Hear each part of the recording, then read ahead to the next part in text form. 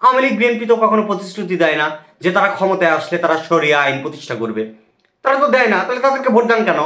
মানে কি, তাহলে আপনারা শরিয়া আইন চান না? শরিয়া আইন না চাইলে তাহলে আপনি কি মুসলিম? আপনি নিজে মুসলিম, নিজেকে প্রকৃত মুসলিম দাবি করেন, অথচ আপনি নিজে শরিয়া আইন চান না। যদি আপনি চাইতেন তাহলে তো আপনি জামাতকে ভোট দিতেন। জামাতকে ভোট দেন না কেন? খুব সোজা সাপটা একটা বিষয় নিয়ে কথা বলবো এবং খুব সোজা সাপটা একটা প্রশ্ন আপনাদের আমি করব। আমি প্রথমেই করব, আপনারা আশা করি উত্তর দিবেন।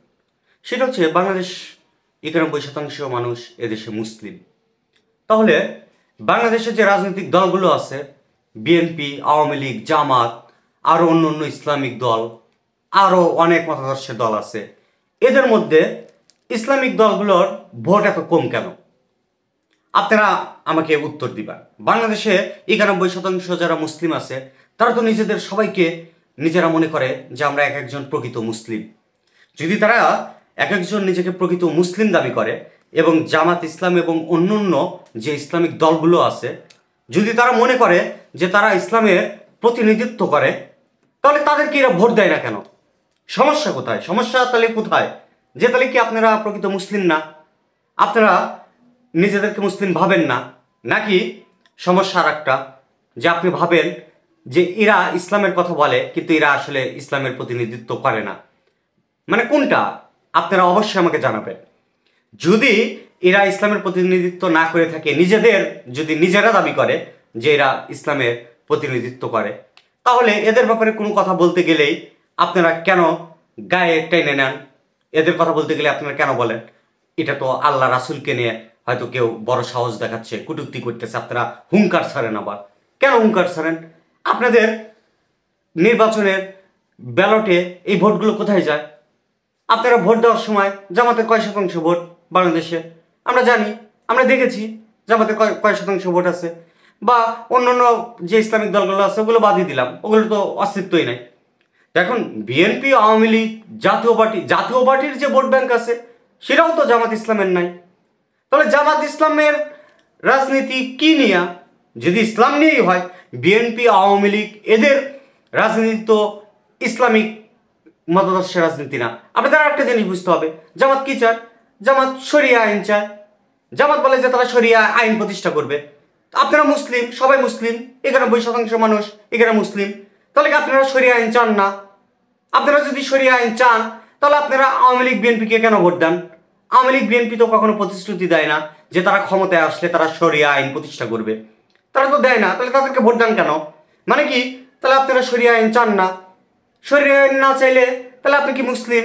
আপনি নিজে মুসলিম, নিজেকে প্রকৃত মুসলিম দাবি করেন, অথচ আপনি নিজে শরিয়া আইন চান না। যদি আপনি চাইতেন তাহলে তো আপনি জামাতকে ভোট দিতেন। জামাতকে ভোট দেন না কেন? আমি ওই যেটা আগেই বললাম, তাহলে কি আপনি মনে করেন না জামাত বা অন্যান্য ইসলামিক যে দলগুলো আছে তারা নিজেদেরকে নিজেরা মনে করে এরা ইসলামের প্রতিনিধিত্ব করতেছে, কিন্তু বাস্তবিক অর্থে এরা ইসলামের কথা বলে না?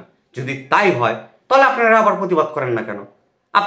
আপনাদের উচিত না যে এদের বিরুদ্ধে কথা বলা, যে তোমরা ইসলামের নাম নিয়ে তোমরা রাজনীতি করতে পারবে না, তোমরা ভণ্ডামি করতে পারবে না? যদি তোমাদের কাছে মনে হয় যে এটা ভণ্ডামি, তাহলে তোমরা পারো না কেন? তোমাদের বলতে হবে এটা। তোমরা যদি কথাগুলো না বলো তাহলে আমি কি ধরে নেব?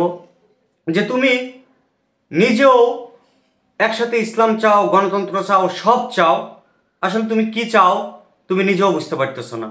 যে জামাত যদি ইসলামের কথা বলে তাহলে জামাতের কেন ভোট ব্যাংক প্রায় দেউলিয়া, শূন্য? বাংলাদেশে 10% ভোটও জামাতের নাই, এটা আমরা জানি। এবং বিএনপি, আওয়ামী লীগের ভোট ব্যাংক কত সেটাও আমরা জানি।